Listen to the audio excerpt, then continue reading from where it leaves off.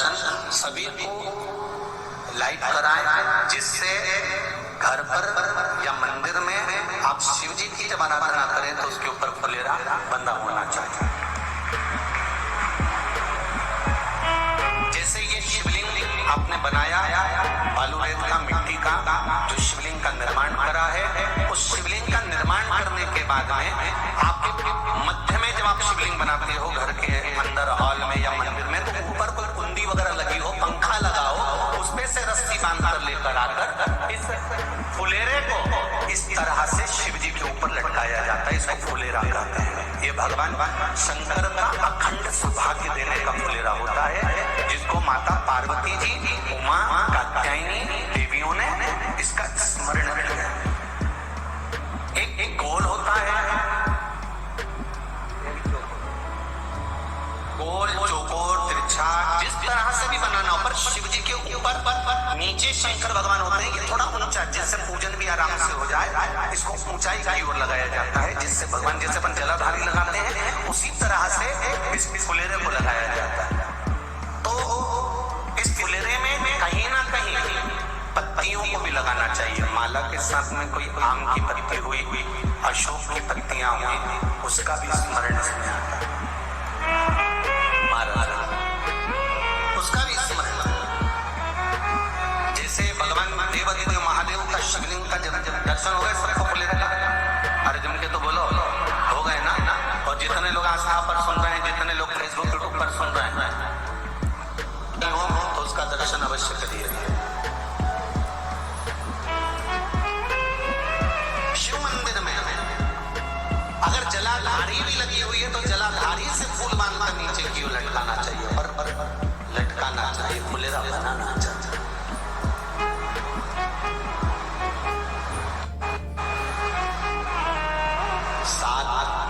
फल है फुलेरा।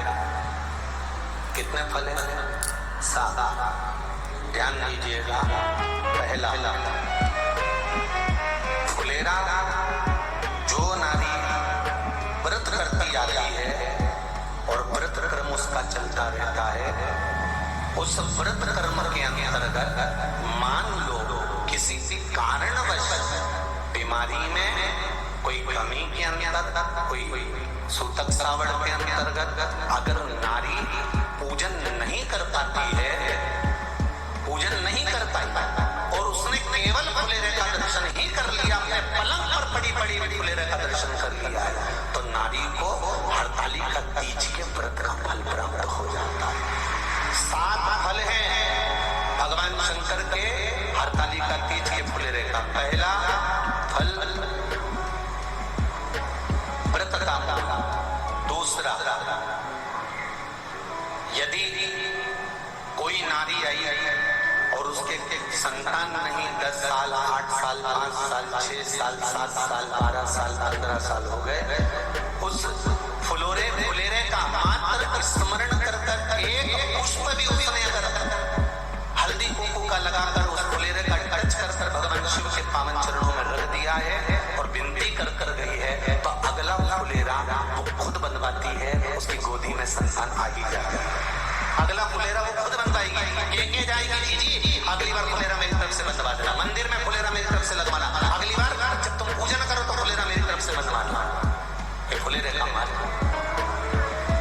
तीसरा,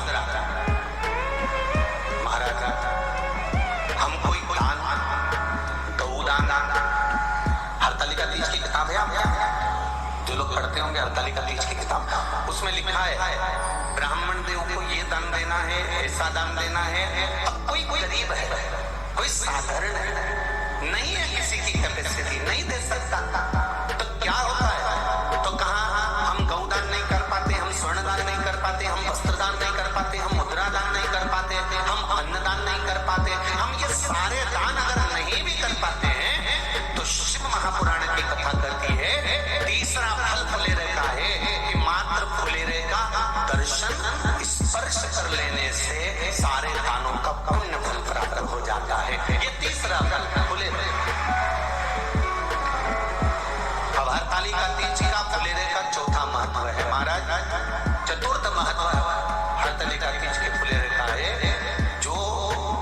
कुमारी कन्या हरताली का व्रत करती है, पहली बात जो हरताली का तीज का व्रत करती है या हरताली का तीज का उद्यापन कर देती है या किसी कारणवश शरीर ऐसा नहीं रहा कि बिना पानी के नहीं रह सकती, तो 2 बूंद अगर उन्होंने पानी भी पी लिया है या कोई कारणवश कुछ गलती हो भी गई है, तो मात्र फुलेरे का दर्शन कर लेने से वो गलती शंकर स्वीकार कर उसको क्षमा कर देते हैं। ये चतुर्थ भाव के अंतर।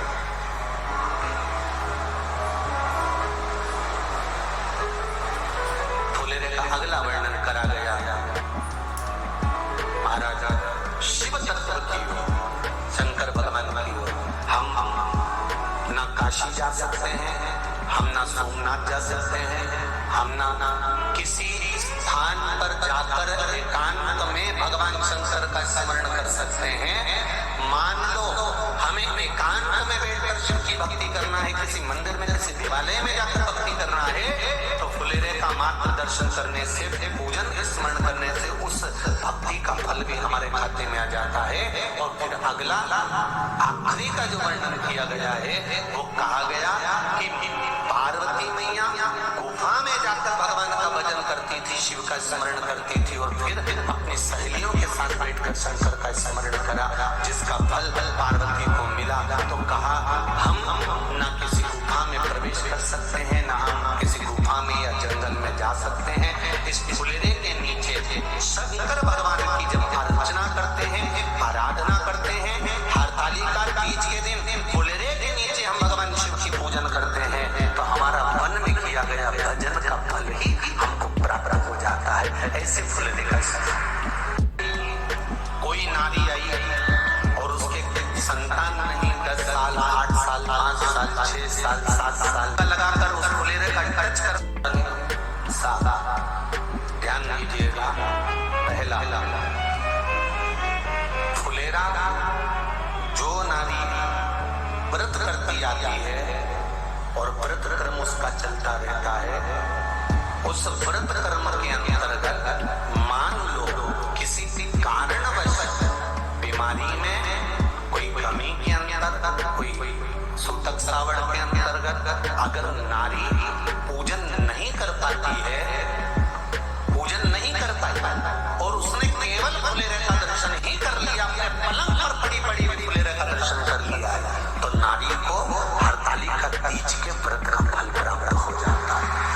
7 फल हैं भगवान शंकर के हरताली का तीज के फुलेरे का। पहला फल व्रत का, दूसरा यदि कोई नारी आई और उसके संतान नहीं, 10 साल, 8 साल, 5 साल, 6 साल, गोल चौकोर तिरछा जिस तरह से भी बनाना हो, पर शिव जी के ऊपर नीचे शंकर भगवान होते हैं, ये थोड़ा ऊंचा, जिससे पूजन भी आराम से हो जाए, इसको ऊंचाई की ओर लगाया जाता है, जिससे भगवान जैसे अपन जलाधारी लगाते हैं उसी तरह से इस फुलेरे को लगाया जाता है। तो इस फुलेरे में कहीं ना कहीं पत्तियों को भी लगाना चाहिए। माला के साथ में कोई आम की पत्ती हुई, अशोक की पत्तियां हुई, उसका भी स्मरण आता महाराज, उसका भी स्मरण। जैसे भगवान देवादिदेव महादेव का शिवलिंग का जब दर्शन हो गए सबको फुलेरे का, अरे जब